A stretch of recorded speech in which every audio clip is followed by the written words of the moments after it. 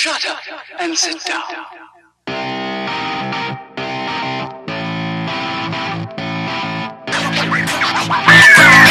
Who made up Mickey Mouse? I said, the idea came from Walt Disney's brother, and half of the class believed me for some reason. Seriously? Yes. Do you know what his original name was? What? Mortimer. Mortimer Mouse. Yes. Oh. Walt had created a character called Oswald the Lucky Rabbit. If you actually look at a picture of Oswald the Lucky Rabbit, you're basically looking at Mickey Mouse with long ears. And so, but he went up to, and I want to say it was Warner Brothers, but I want to be fair because I don't want to throw Warner Brothers under the bus, and it wasn't Warner Brothers. He went to somebody with the idea of Oswald the Lucky Rabbit, and they stole it. With our parent company Disney, 50 years ago, That'll be It's a Small World. Okay. Okay, let's get rid of It's a Small World. Anyway, Oswald the Lucky Rabbit was Mickey's predecessor. And on the way home, what Walt did was, hold on, let me just find it.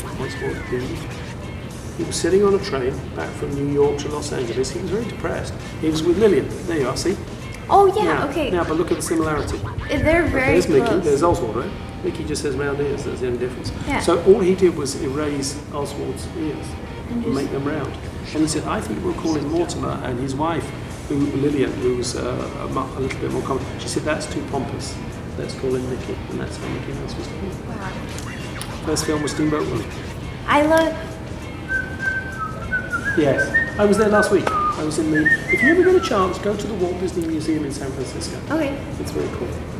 Probably one of the best museums I've seen. If you were to meet Walt Disney, what would you ask him? Wow, what would you ask Walt? That's a big question. I don't know that I know the answer to that. You stumped me. I've been stumped. Yes, finally. I'd have to think about that. That's a big question. You could only have one question for Walt. What would it be? Well, no. I'll tell you what I'd be fascinated is his dream for Epcot. Walt created Epcot before he passed away. Walt passed away on December I should know this, I think it's 5th, 1966. I know it was December, I know it was 1966. Epcot didn't open until 1980, but Walt had already done the designs. They'd already been on the Wonderful World of Disney. He was showing Epcot, experimental prototype community of tomorrow. But Walt never saw it as a theme park. He saw it as a real city, a real living and breathing community where people would live alongside. And so part of his dream came true because in 1986, September 18th, 1986, I started Epcot. I was a barman at the Rose and Crown pub. It was my first job at Disney. And there were 1,000 kids from all around the world, so people that you wouldn't normally associate with. And it was a great year. I'm still best friends with most of them. My roommates were Nobuyoshi Suzuki from Japan and Mohammed Saeed from Morocco. We're still great friends. And my wife is from Mexico. We met at Epcot 13 years ago. We've been married 13 years. That's amazing. So we have multinational children. And so part of his vision came true, albeit on a smaller scale.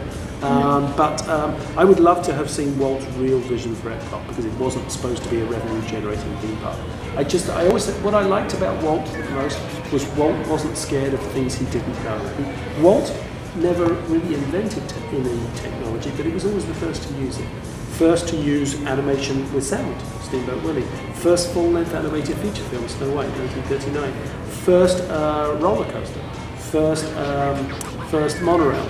First theme park. First colour television. Walt never was afraid of. So I think with artificial intelligence today, I think a lot of people are afraid of it. And they shouldn't be afraid of it. It's about embracing it because you can either ignore it and hope it goes away. Guess what? It won't.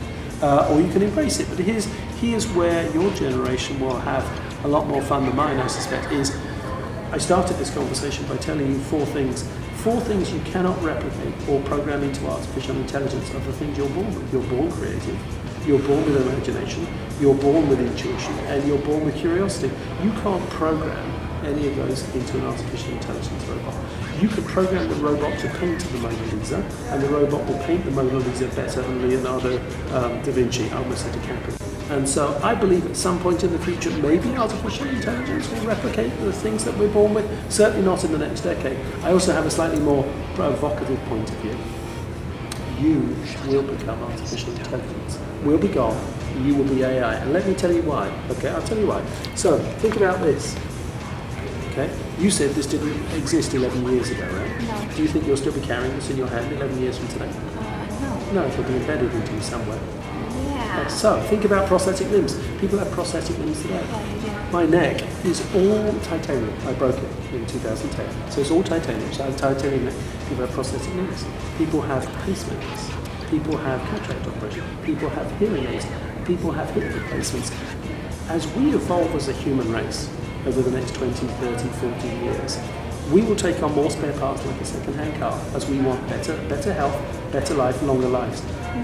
We will evolve to become artificial intelligence. All the technology that AI brings, but we bring creativity, intuition, imagination, and curiosity.